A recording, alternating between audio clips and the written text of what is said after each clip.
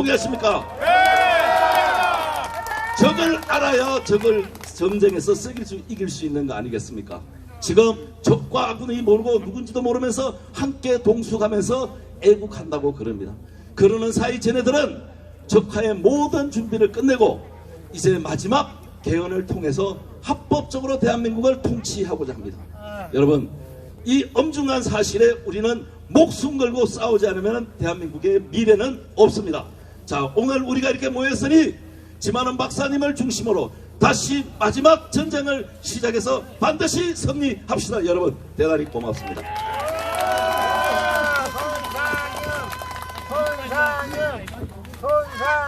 네, 뉴스타운의 손상년 회장님의 말씀이었습니다.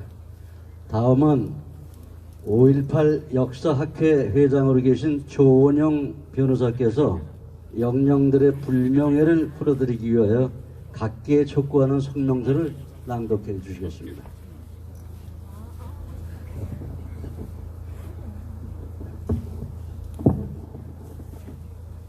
제가 성명서 낭독하기 전에 멘트 하나만 하고 시작하겠습니다.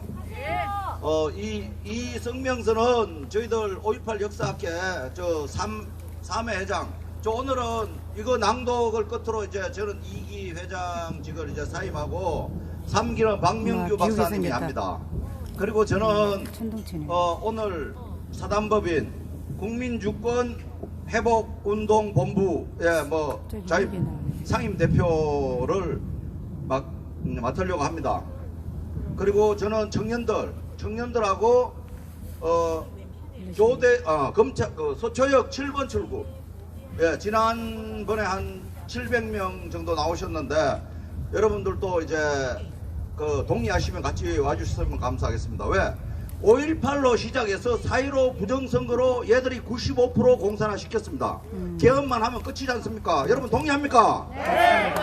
네, 나머지 자세한 거는 설명 안 하겠습니다. 재밌는 거는 우파 내에서 부정선거 없다고 반대하는 놈들이 5.18 북한 그러니까 덕수군 안 왔다고 주장하는 놈들하고 정말 공교롭게도 완전히 일치하고 있습니다. 여러분 어떻습니까?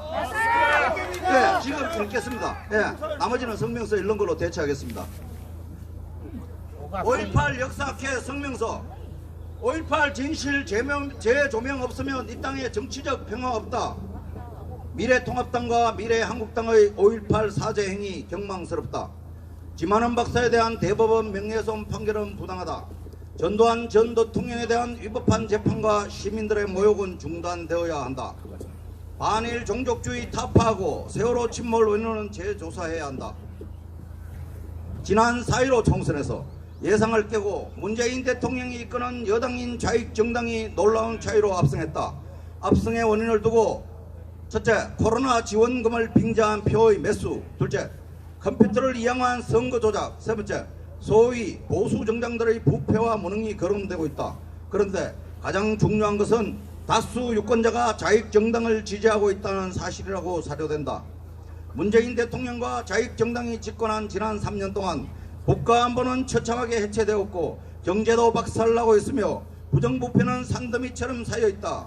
게다가 최근에 중국 폐렴이 발생했는데도 중국 국경을 조기에 차단하지 않아 대략 250명이 죽었다. 그런데도 불구하고 국민이 좌익정당에 표를 던지는 이유는 무엇일까? 문재인 대통령과 좌익정당의 거짓말이 먹히는 이유는 무엇일까? 변함없는 전라도 몰표의 원인은 무엇일까? 기본적으로 다수 국민들이 소위 보수와 진보, 좌우, 영남과 호남이라는 편가르기에 갇혀있기 때문이다. 그래서 선거 때가 되면 무조건 우리 편을 찍기 때문이다. 우리 편이 전혀 아닌데도 말이다. 이러한 편가르기는 누가 만들었는가? 좌우, 보수, 진보를 망라한 기성 정치인들이 만든 것이다. 왜? 그것이 저들에게 편리하기 때문이다. 국민을 두 편으로 갈라놓으면, 그래서 상대 측에 대한 적개심을 고취해 놓으면 정치인들이 평소에 아무리 개판을 쳐도 선거 때가 되면 저들을 찍어주기 때문이다. 그런데 이와 같은 편가르기를 공고하게 하는 장치, 곧 분노를 강화하기 위한 도구가 있다. 바로 광주 5.18과 반일 종족주의다. 최근에 세월호 침몰이 추가되었다. 역사 왜곡을 바로잡지 않고서는 국가와 국민 지킬 수 없다. 어둠의 자식들은 지속적으로 역사를 왜곡하고 후닥거리를 통해서 분노를 정폭한다. 그러면서 자기 자신들에게 정당성이 있는 것처럼 대중을 세뇌한다. 그리고 누구든 진실을 파헤치려는 자가 있으면 사정없이 매도한다. 그런데 이를 저지하는 데에는 앞장서야 할 정당들은 이를 방관하거나 오히려 영합한다. 그래서 거짓이 이 사회를 짓누르고 있다. 그런데 부패한 정치인들은 그렇다 치더라도 미디어와 지식인들, 오피니언 리더들도 하나같이 진실에 무관심한다. 오히려 비아냥거리는 자들도 있다.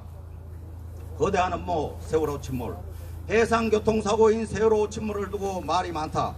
세월호 미스터리에 대해서 조은영 변호사가 작년 4월 16일에 거대한 음모 세월호 침몰이라는 책을 출판했는데, 조은영 변호사는 이 책에서 세월호를 둘러싼 배경과 출항에서부터 사고 수습까지의 전 과정을 심층 분석했다. 그런데 스테디셀러인 이 책을 읽다 보면 세월호 침몰은 어둠의 세력에 의해 기획된 침몰이라는 결론에 이르게 된다. 경천 동지할 만한 폭로다.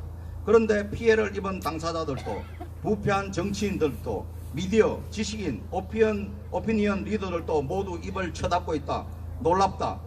반일 종족주의, 조상의 얼굴에 침을 뱉는 일제시대의 역사는 크게 왜곡되어 있는데, 2013년 7월 박교화 교수가 제국의 위안부라는 책을 위안부들이 모두 강제로 끌려간 것이 아니라고 폭로하여 큰 충격을 주었다.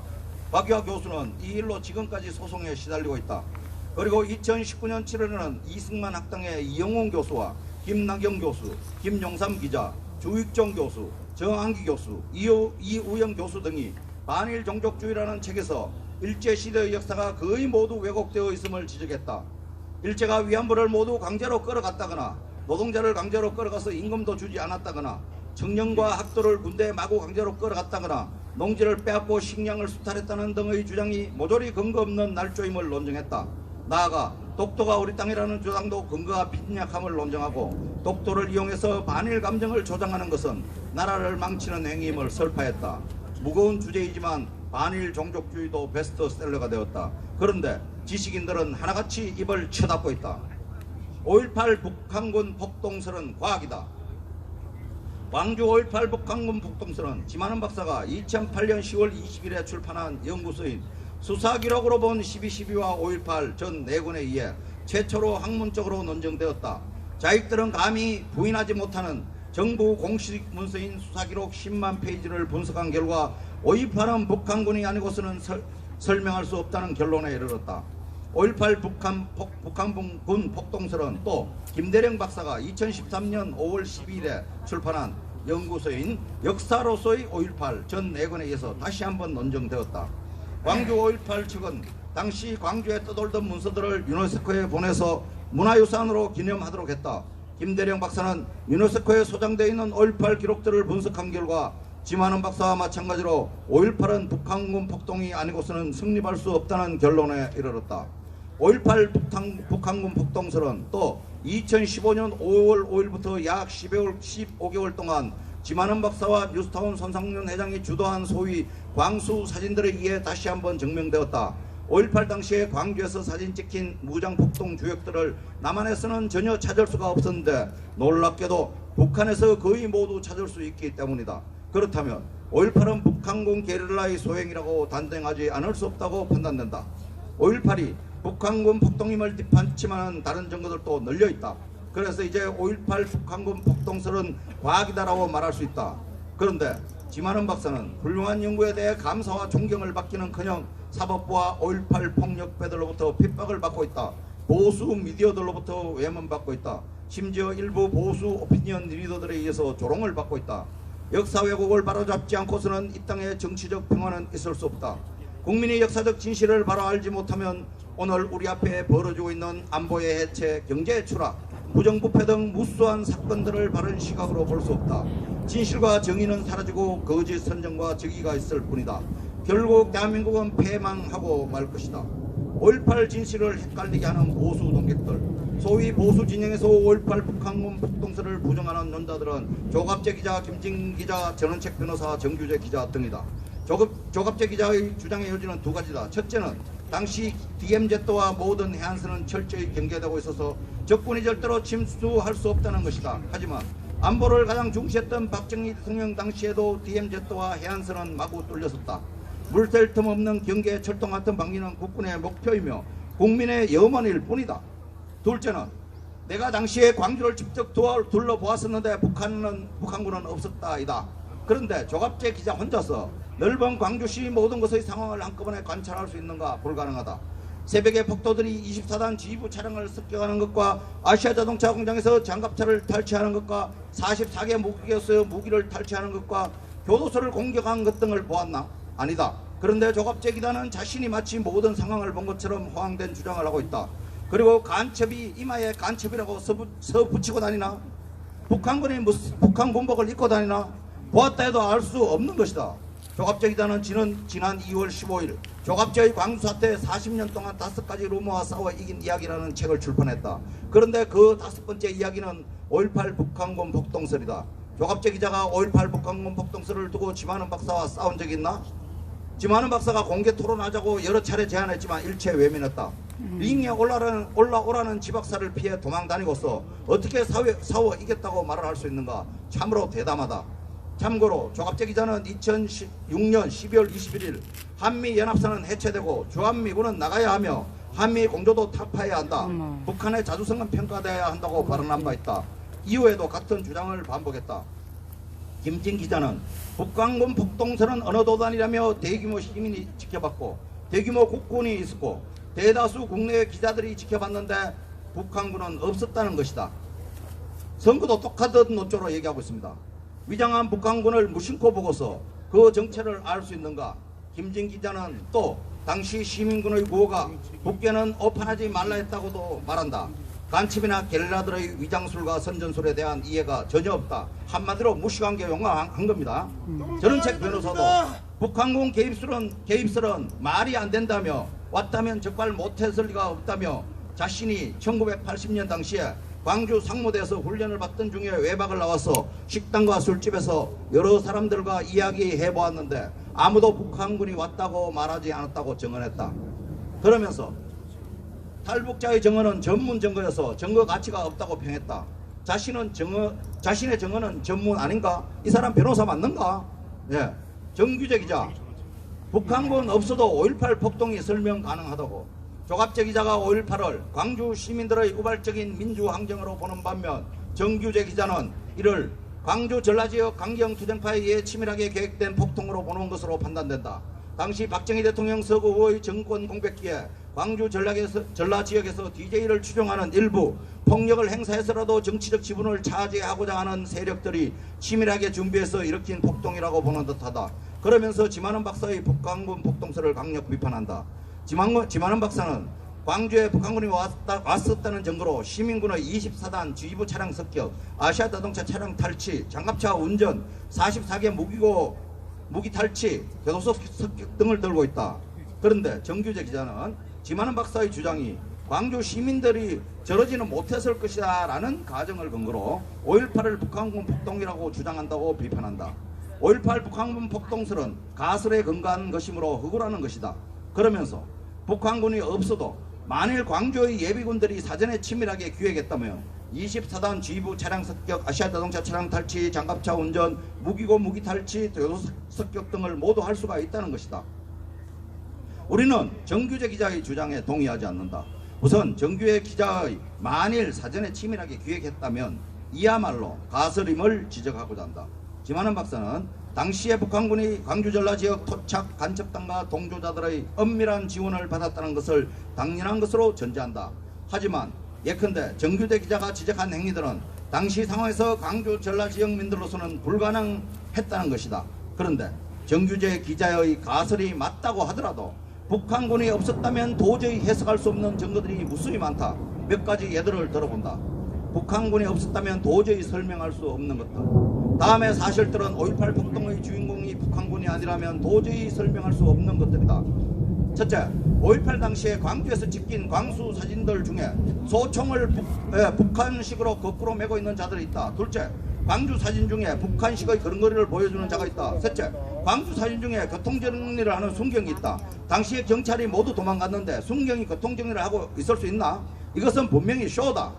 광주 전라인들이 폭동을 주도했다면 저런 부조화는 없었을 것이다. 넷째, 도청 앞에 모여있는 군중 속에 어린아이들이 다수 끼어 앉아있다. 광주 전라인 부모라면 절대로 어린아이를 저런 위험한 장소에 보내지 않았을 것이고 데리고 가지도 않았을 것이다. 이 쇼는 남한사정의 어두운 자가 기획한 것이다.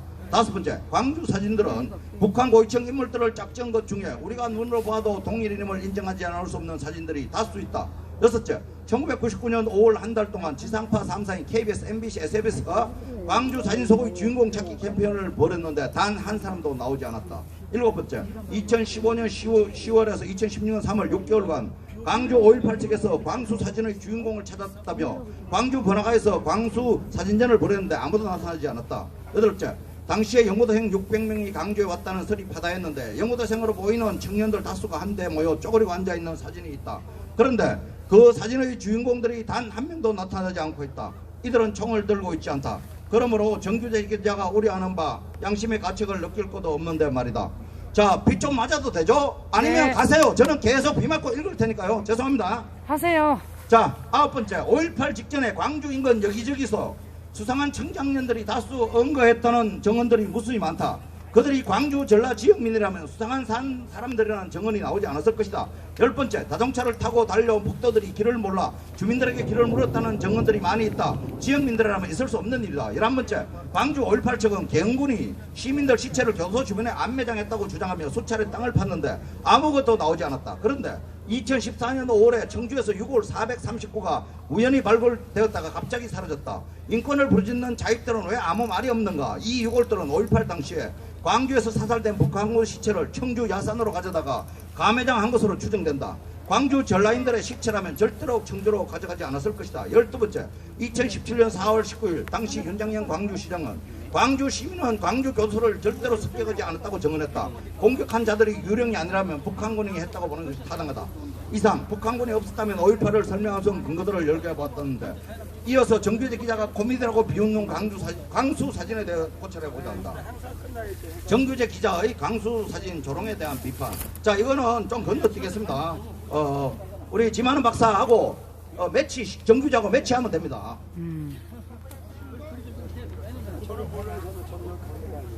정규재 나오라. 정규재는 한마디로 기자가 아닙니다. 내가 그걸 잠깐만요. 내가 많이 건너뛰었어요.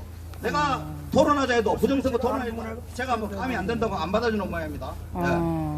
자, 핍박받는 5.18 진실과 지만은 박사 그리고 전두환 전 대통령 이상과 같이 5.18 진실이 소위 보수 오피니언 리더들로부터 조롱을 받고 있는 것은 여야 정권이 모두 5.18 진실을 억압했기 때문이다. 진실을 밝히고 국가를 보호하는 데 앞장서야 할 정부가 오히려 앞장서서 진실을 짓밟고 있기 때문이다. 김영삼 대통령은 1995년 8월 1일부터 폭로되기 시작한 비자금 사건으로 자신이 정치적 공경에 처하자 이에서 탈피하기 위해서 전두환 대통령을 자익들에게 먹이로 던져주었다. 그래서 1995년 12월 21일 국회에서 공소시효를 정지시키는 특별법이 제정되었고 1997년 대법에서 5.18 폭동을 민주화운동으로 뒤집혔다. 전두환 대통령은 졸지의 살인자가 되었다. 국회의 특별법은 위헌이며 대법원의 판결은 관시법에 의한 정치 판결이었다. 2002년 8월 16일 17일 지만은 박사는 광주 5.18에 북한군이 개입했다고 폭로하는 광고를 동아일보와 문화일보에 게재했다. 이 사건으로 2002년 10월 22일 지박사는 광주 검찰에 의해 강제로 끌려가면서 승용차 안에서 폭행당했다. 이렇게 지만은이 핍박받고 아주 고생했습니다. 그리고 전두환을 끌어내려서 광주 누구야 조비오 사자 명예훼손죄로 지금 난도질하고 있지 않습니까, 여러분? 자, 그리고 마지막 제가 빨리 축약하겠습니다. 부패한 정치인들도 문제지만 지식인들도 비겁하거나 사악하다. 국가와 국민을 지키려면 정치가 바로 서야 하고 정치를 바로 세우면 역사가 바로 잡아야 한다. 이 땅에서 자식을 키우는 모든 국민들은 나라 지키기에 나서야 한다. 5.18 일제시대 역사 그리고 세월호에 대한 왜곡을 시정해야 한다.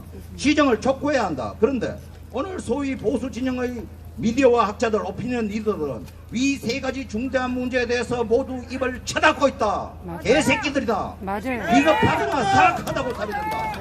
핵심을 비켜가는 애국적 발언들은 쇼다. 전몰 상위 공경을 외면하는 사회는 반드시 패망한다. 우리는 오늘 5.18 제40주년을 맞아 5.18 진실에 대해 국민 여러분의 관심을 촉구하면서 마지막으로 5.18 당시의 국가의 명을 받아 광주에 파견되어 위험을 무릅쓰고 폭동을 진압한 계엄군 용사들을 기억하고자 한다. 그들은 모두 진정한 애국자들이며 영웅들이다.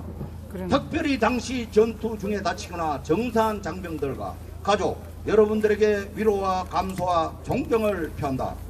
폭도들의 총에 맞았던 아군 간의 오인으로 교전사했던 모두 영웅이다.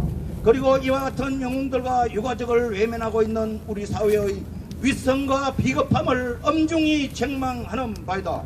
2020년 5월 18일 5.18 역사학회 회장 조은용. 수고하셨습니다. 대단하네. 네, 조언을 들었습니다. 대단히 감사합니다. 지금. 여러분, 순서가 하나 더 남았지만은 여러분 듣다시피 지금 여성 병력이 치고 비가 많이 될 것 같아서 비가 많이 이것으로서 올것 모든 추모식의 그 절차를 마치도록 하겠습니다. 여러분 장시간 대단히 감사합니다. 여러분 안녕히 들어가십시오. 수고하셨습니다. 정말 조은영 변호사 굉장히 그 내용이요 아주 그냥 중요한 내용이에요. 네, 진짜 보수라고 하면서 이렇게 꼭 결정적이고 중요할 때 딴소리한 사람은 정말 세상에 보수라고 할 수가 없어요. 정말 세월호와 5.18과 그런 중요한 내용들이 있죠. 정말 그 파헤쳐야 돼요. 조 기자님 내일 2시에 국회의사당 앞에서 비통당 주호영 규탄 집회 있어요. 오세요. 공지 올려주세요. 공지 연합회에 네. 올려드릴게요. 네.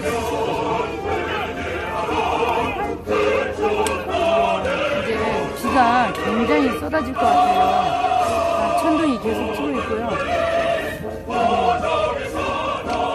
날씨가요 갑자기 그냥 흐리면서 비가 오게 생겼어요. 정말 대한민국을 지켜야 됩니다. 그런 그 북한 개입했던 그런 사건들 전부 다 진상 규명을 해야 돼요. 이런 것들을 이렇게 다 감추고 있고, 네, 그러고 있잖아요. 폭발하면서 그렇게 협조해주고 그러면 안 되죠. 오빠는 확실히 오빠를 좀 행동을 해야죠.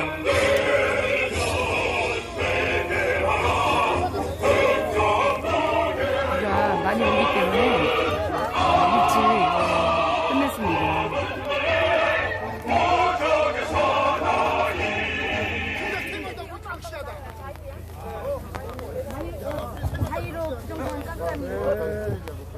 애국동지 여러분 감사합니다. 안녕히 돌아가십시오. 특전사 여러분은 마무리 모두 현장 정리해 주시기 바라겠습니다. 천둥 치고 이제 곧 그럴 것 같아요. 지금은 번개가 가끔씩 이렇게 치고 있는데요. 여기서 끝내야 될 것 같습니다.